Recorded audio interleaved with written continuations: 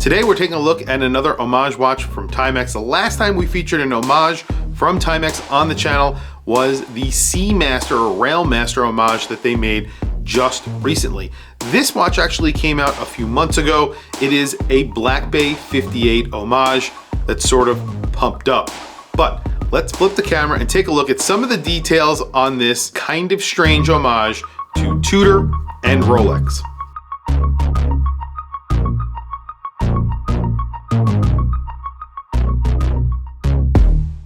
So it was just a little while ago, I did a video about a Timex that borrowed heavily from the 1957 Seamaster / Railmaster. It was the dial on that watch that was very similar to those 1957 Omegas. This watch is another homage that they came out with just a little while ago. I was waiting for it to go on sale. It finally did, so I bought one. Here it is. This is called the Harborside Coast. It's a 43mm watch on a rubber strap. That's basically the name of the watch. You have rubber strap in the name. Kind of funny. I don't know why they would name it that way. It's almost like an AliExpress name that they're using on Timex right now. I've seen this a few times on their website, and I don't know who's doing the naming, but it's kind of funny. This video is brought to you by Whatnot.com. Whatnot.com are a community marketplace for collectors like me and you. Whatnot uses a live stream format where you can actually buy and sell watches during a live stream. They have auction functionality, buy now functionality, and giveaway functionality. In fact, that's where I'll be doing most of my giveaways going forward to help avoid scammers. Not only that, I'll be selling all of my watches going forward on Whatnot because I really love the format. I love the community aspect of it. I get to talk to the people who want to buy my watches, and they get to talk to me about the watches themselves. There's no better way of buying and selling watches. So come and join me on Whatnot. Download the app using the link in the description down below and get $10 towards your first purchase. I'll see you in my next live stream. This looks a lot like a Black Bay watch. So a Black Bay 58 from Tudor or a Black Bay 41. It is 43mm, so it's bigger than both of those watches, but it's the details here that are sort of a call out to those watches. Also, obviously, vintage Rolex. So immediately you're going to see the Mercedes hour hand right there. And then of course you have gold tone indices. Then you have a chapter ring on here that's in a gold tone as well. The bezel in a gold tone, so you have a black bezel that is matte. That's an aluminum insert, and you have gold tone indices on there that are printed. You also have a printed red triangle with a lumed pip. The indices are raised. I believe they are not applied, but they are filled with lume. The hands are filled with lume as well. You have a fence post hand for the minutes hand. Then you have a lollipop for the second hand. There's a little bit of lume in that as well. The dial is a matte black color. It says Timex below the 12 o'clock, above the 6 o'clock, it just says water resistance 100 meters. So you get a lot of gold tone with that black. It looks a lot like the coloring that they're using for the Black Bay 58. Also the indices, very similar to the Black Bay 58. The minutes hand, very similar to the Black Bay 58 as well. The bezel setup is very similar. However, the bezel on the Black Bay 58 is in a silver tone. All of the indices are in a silver tone, but you still get that matte black look, and then you get that red triangle. Vintage Rolex get a Mercedes hand, so that's what they decided to go with on this watch. Rather than using a snowflake hand, they used a Mercedes hand, which kind of makes sense in a way because it's not making it a direct homage to the Black Bay 58, which is extremely popular. They sort of just retrofitted this watch to make it look like a Black Bay 58. The Harborside case, this is a 43mm watch, but you do also get these big crown guards. Let's do measurements very quickly. It's almost, let me see here, almost 44mm is what I am measuring. With those crown guards, it's actually going to be bigger than that. So when you measure it at the case, it's almost 47mm. So it's very, very large with the crown and those crown guards. So it's not a small watch. You also have a Cyclops on here. It is a mineral crystal and thickness is 10.6mm. Lug to lug of 51 millimeters, so a pretty big lug to lug. Movement inside here, at least what I could find, is that it is a Miyota quartz movement. You have a large crown that has the Timex logo on it, and that is 6.9 millimeters, so pretty large. You have a snap-on case back.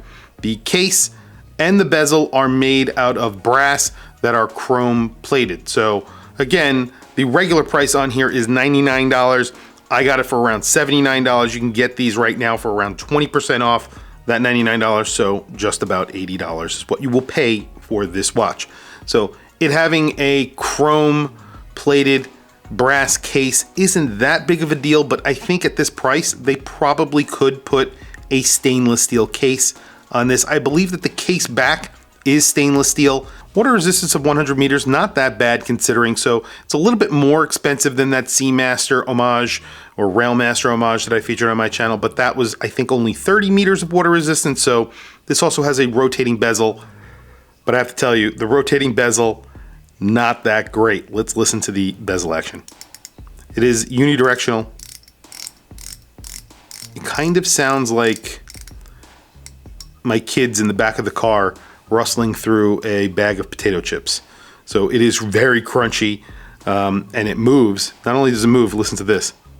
It actually it moves backwards. It is not bi-directional, so we'll go back only one click.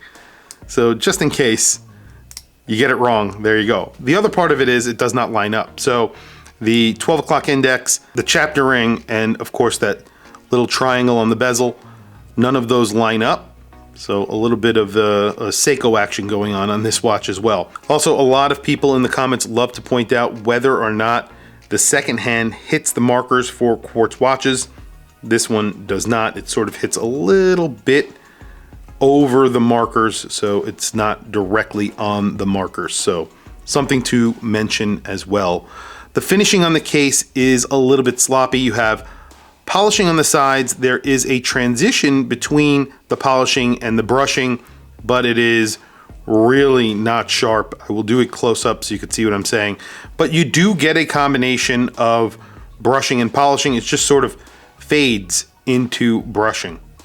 Doesn't look that good, but you know, again, $99. I think they could probably do better, but that's just me. You do have a raised mineral crystal here, and of course you do have that Cyclops. The Cyclops is really small, and when you have it head on, it's hard to actually line up with the date because it is so small compared to how far it is from the date itself. So you have to look at it straight down, otherwise it's completely distorted. A little weird. I don't know why they did that. The strap on here is actually really nice. It's signed Timex. It's a tropic rubber strap, which looks really good. And then you have a generic buckle that just says Timex on there.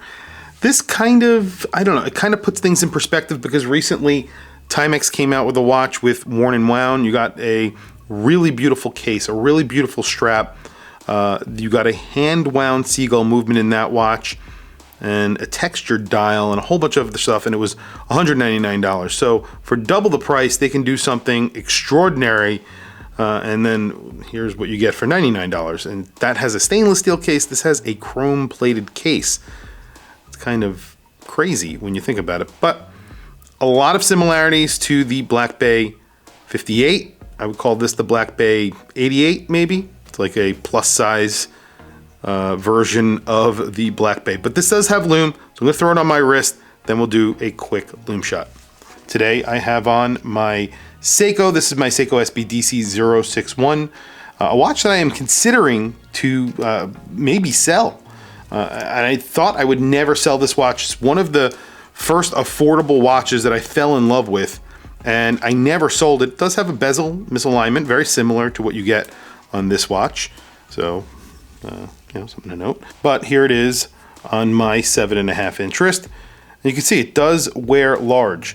The lug to lug of 51 millimeters, case is 44 millimeters. It wears big. It wears big on my 7.5 inch wrist. You can see it doesn't look bad on my wrist. I would not say it looks bad.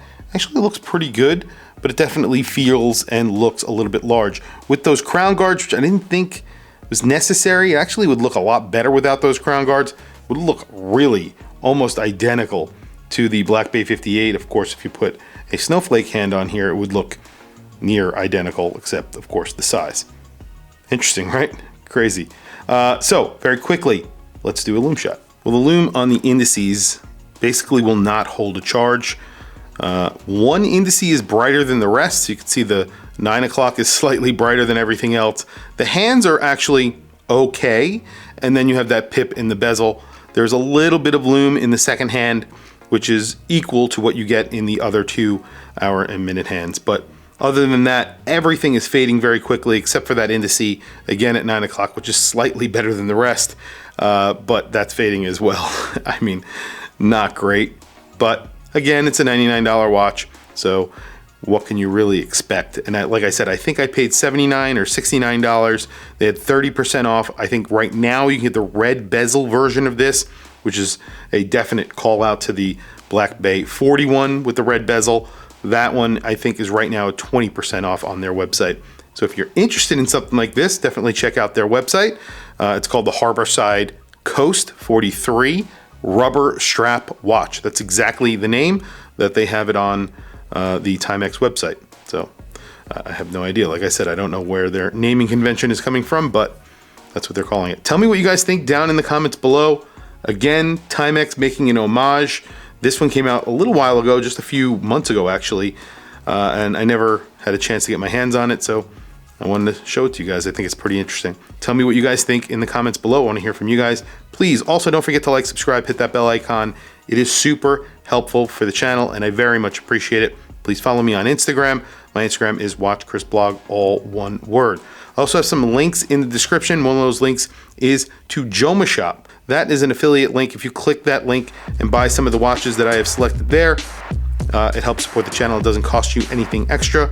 However, I very much appreciate it. Anyway, thank you guys for logging on. I'll catch you in the next video.